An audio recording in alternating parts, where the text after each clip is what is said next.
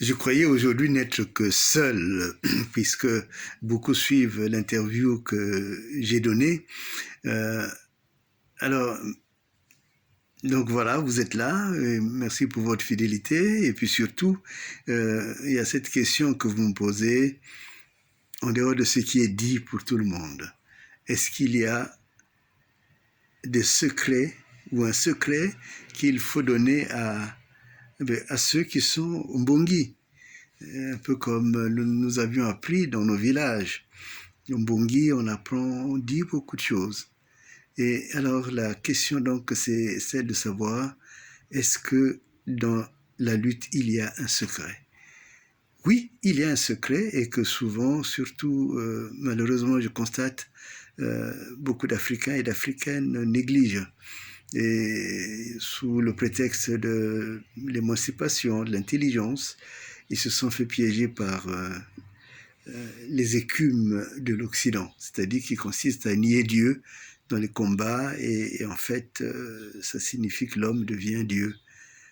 Dans un combat, le grand secret, c'est de toujours savoir que l'adversaire n'est pas la chair que tu combats, mais l'adversaire, c'est l'esprit à l'intérieur de cette chair.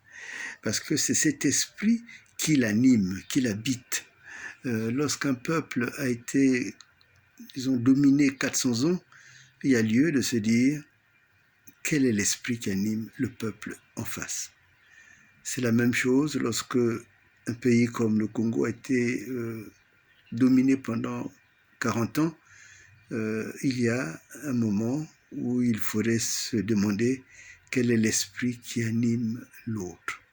Par exemple, quand on regarde comment est-ce que la franc-maçonnerie s'est propagée, comment le Congo est devenu pratiquement le siège de toutes les loges maçonniques, mais aussi de la forme la plus sordide, la forme la plus sorcellaire de la franc-maçonnerie, il y a lieu de se dire quel est cet esprit qui domine le Congo. Je pense que c'est une question fondamentale et c'est une question aussi qu'il faudrait constamment avoir à l'esprit. Parce que si cette question elle est mise à l'esprit, alors si vous êtes du diable, évidemment, vous travaillez avec le diable.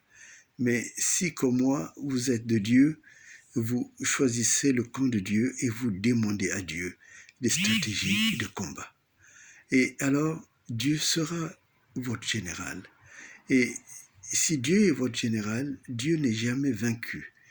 Il n'y a qu'un seul Dieu, et celui qui est le maître du ciel et de la terre. Et je peux vraiment dire sereinement et souverainement que le peuple qui a choisi Dieu comme le général, comme l'allié, comme le stratège, ce peuple-là n'échoue jamais et n'échouera jamais.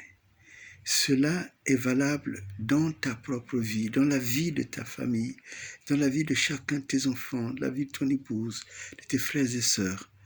Mais c'est surtout valable lorsque l'on fait un mouvement général, un mouvement où toutes les énergies, toute la vie est engagée. Je l'ai observé, je me rappelle quand j'avais fait mon mémoire de théologie sur Martin Luther King, c'est étonnant, ce mouvement qui s'est traduit politiquement. On a eu des grands hommes comme Obama, et ainsi de suite, qui en sont sortis. Mais ces hommes et ces femmes, chaque fois qu'ils allaient en campagne non violente, ils se réunissaient, ils priaient. Et au retour, ils faisaient aussi un plan pour faire le point de ce que Dieu avait fait, de ce que Dieu avait réalisé. Il y a dans la lettre de Birmingham beaucoup d'éléments et ce n'est pas un étonnement que ce qui a été quand même des siècles et des siècles de domination soit arraché, détruit et je dirais calciné par la puissance spirituelle d'un homme, Martin Luther King. Et donc c'est cela. l'histoire doit enseigner. Quand on regarde aussi le combat de Mahatma Gandhi, c'est toujours sous la base de la foi religieuse que cet homme est arrivé à arracher la domination anglaise. Et je crois que c'est cela. Quand on regarde aussi l'Afrique du Sud, Desmond Tutu, on en parle très peu puisqu'on a beaucoup élevé le grand homme qu'est Mandela, mais Desmond Tutu a joué un rôle important. Et donc, quand, moi maintenant je ne les reçois plus, quand je reçois des attaques, des interrogations, je dis simplement que l'ignorance a aussi une place dans la jeunesse d'un peuple. Mais lorsque le peuple grandit, le peuple mûrit, lorsque le peuple ne sommeille plus, alors ils comprennent que c'est Dieu qui veut la libération d'un peuple. Parce que Dieu a créé l'homme libre. Et il a créé tellement libre qu'il accepte même que l'homme s'oppose à lui. Merveille. Et donc, c'est cela qu'il faut comprendre. S'il fallait le secret qui se dit entre les gens du Lemba, comme on dit chez les Lari, c'est celui-là. Quand vous venez au combat, quand j'enclenche des choses, quand vous en enclenchez, quand vous avancez, ne regardez pas l'adversaire parce que Dieu l'a déjà rejeté, mais regardez ce que Dieu veut que vous fassiez là où vous êtes. Et vous verrez que ça deviendra des petits feux.